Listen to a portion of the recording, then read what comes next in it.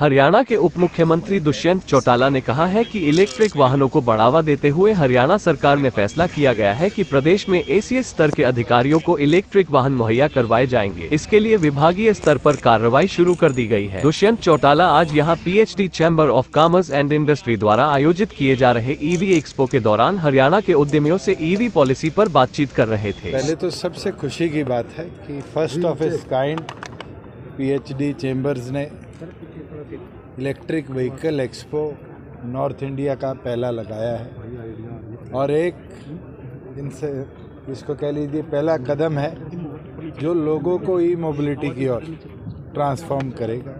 आज यहाँ पर देश में मैन्युफैक्चर्ड गाड़ियों से लेकर इंपोर्टेड गाड़ियाँ, कमर्शियल व्हीकल्स तक भी इलेक्ट्रिक मॉडल्स में इनने डिस्प्ले करे हैं और ये एक अपॉर्चुनिटी है चंडीगढ़ के आम नागरिक को आकर देखने की, जो ग्रीन मोबिलिटी की ओर एक कदम में इस एनवायरनमेंट का साथ देगा।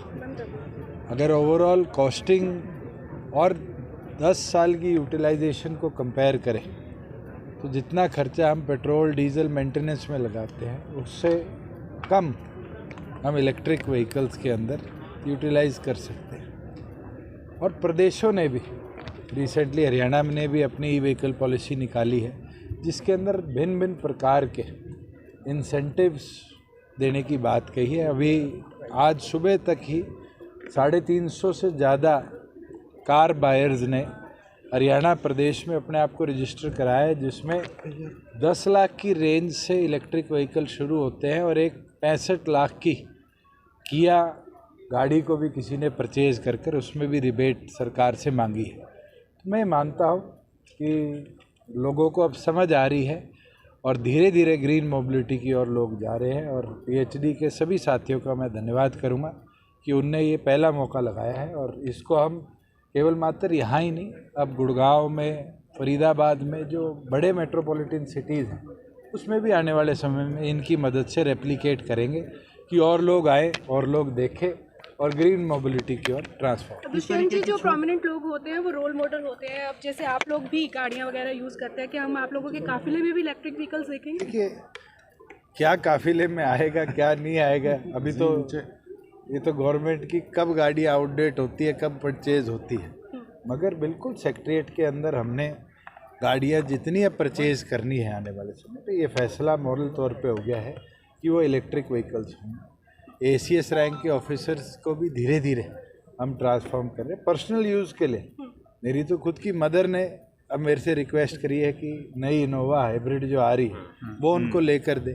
तो धीरे धीरे लोगों को समझ आ रही है, मगर एफिशिएंसी कितनी है इलेक्ट्रिक गाड़ी के अंदर। कई जगह ये भी प्रतिबंध है कि वो 300 किलोमीटर नहीं चल सकती और कई गाड़ी है जो 700 किलोमीटर भी चल सकती है।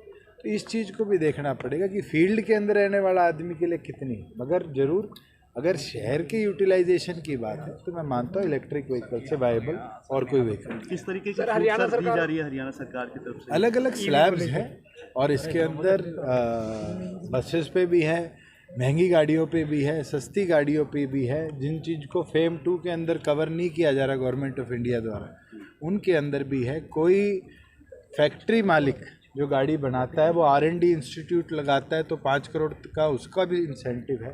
कोई हमारा यूनिवर्सिटी कैंपस R&D रिसर्च के लिए कैंपस में रिसर्च लैब बनाना चाहता है, उसको भी इंसेंटिव है। कोई कंपनी आज नॉर्मल कार पार्ट्स बनाती है, वो अगर ट्रांसफॉर्म होती है इलेक्ट्रिक व्हीकल पार्ट्स के लिए तो हम उसको भी इंसेंटिव दे रहे हैं। तो भिन्न भिन्न प्रकार के इंसेंटिव प्रदेश सरकार ने अलग अलग पॉलिसीज़ के माध्यम से दी। के लिए stand up India scheme launch की गई, इसमें ये पार्टिसिपेट कर सकते हैं? देखिए, यूज्ड कार्स के लिए रिबेट हमने मेंशन करी है कि कोई स्क्रैप अगर अपनी पुरानी 10 साल पुरानी और 15 साल पेट्रोल पुरानी गाड़ी करता है तो उसको फिर उसकी रजिस्ट्रेशन और आने वाली गाड़ी में बेनिफिट है। तो अगर आपने बजट में भी देखा होगा, जो FM थी उनका सबसे बड़ा पुश ये था कि भाई इंडिया को ग्रीन बनाइए, क्योंकि जो हम फॉसिलाइज्ड फ्यूल्स के पीछे लगे हुए थे इतने सालों से, वो geopolitical crisis and abuse of climate की वजह से इट्स एन ओल्ड थॉट। तो हम आगे कैसे बढ़ें? तो सबसे पहले ये क्वेश्चन था कि इंडिया बहुत बड़ी जगह है और यहाँ बहुत इनोवेशन हो रहा है। फ्रैगमेंटेड तरीके से हो रहा है, तो उसको इकट्ठा किया जाए। खास करके आज चंडीगढ़, हरियाणा और पंजाब हम सब संग मिल करके PhD के माध्यम के थ्रू हमारे जो चैप्टर्स है एफर्ट किए, उससे हमने देखा है कि इतने सारे इनोवेटिव सॉल्यूशंस EV के अंदर जो आज के दिन इम्पॉर्टेंट है, कमर्शियली वायबल हैं और आगे जा कर के होने लगेंगे, किसान को लेकर के, ट्रांसपोर्ट को लेकर के, कम्यूट को लेकर के। सो आई थिंक आज आकर के ये समझ में आया है कि इंडिया इस जर्नी पे बहुत आगे निकल चुका है और इस तरह की जो कोशिशें हैं इसको और फर्दर बूस्ट देगा। और ख़ास करके सरकार के संग इंटरेक्शन करने से उनकी नज़र इस पर ऑलरेडी है, पैसा लेके वो बैठे हैं, नीयत उनकी ऑलरेडी है। ये देख करके उनमें और इच्छा जागृत होगी कि हम इस चीज़ को बढ़ावा दें। साकेत जी, इसमें एक सवाल ये भी आता है कि जब इनोवेशन होता है और आम पब्लिक तक वो चीज़ आती है तो कुछ क्वेरीज भी लोगों की होती है, क्योंकि प्राइस की बात करें, है ना, एक बजट को लेकर आप प्लान करते हैं, मिडिल क्लास का अलग बजट होता है, एलीट का अलग बजट होता है, वो कहीं ना कहीं चैलेंज है आप लोगों के लिए। तो मेरे हिसाब से आज का जो इनोवेशन देखा हमने, सबसे इम्पॉर्टेंट चीज़ ये देखा कि हर पर्सन जो भी इनोवेट कर रहा है इंडिया के अंदर, वो सबसे पहले कॉस्ट कॉन्शियस है। तो देखिए, जब एक चीज़ को आप बढ़िया बना करके सस्ता बना देते हैं ना, उसको सुंदर बनाना और महंगा करना आसान है, लेकिन सस्ता करना मुश्किल है। तो आई थिंक वो कॉम्बिनेशन देखा हमने यहाँ पर। कुछ ब्रांड्स ऐसे हैं जो शुरू किए थे बड़े सिंपल तरीके से और पूरी साइंस ठीक करने के बाद सुंदर करके महंगे की जर्नी पे निकल गए, और कुछ एकदम शुरुआत में है इनोवेशन के अंदर जो जिनकी स्ट्रेंथ सस्ते पर है। तो दोनों को एग्जिस्ट कर रहा है और वो जर्नी चालू है। एक लास्ट सवाल, कब तक लगता है आपको कि पूरा ये जो चेंजेस आप ला रहे हैं, EV की तरफ जा रहे हैं, ग्रीन मोबिलिटी की बात हो रही है, कितना समय और लगता है कि आम घरों में भी आप EV गाड़ियाँ ज़्यादा देखने को मिलेंगी? देखिए, EV एक कोशिश है फॉसिलाइज फ्यूल से मूव करके इलेक्ट्रिक की तरफ। अब दुनिया ग्रीन हाइड्रोजन के बारे में बात कर रही है, तो इनोवेशन इतने बड़े रूप से, इतने तरह तरह से हो रही है दुनिया में। EV तो एक शुरुआत है मेरे हिसाब से पूरे दुनिया को ऑल्टरनेटिव एनर्जी सोर्स की तरफ ले जाने के लिए और मोबिलिटी को ले जाने के लिए। तो ये ना शुरू होगा ना अंत होगा, अब तो ये दौर चलते रहेगा।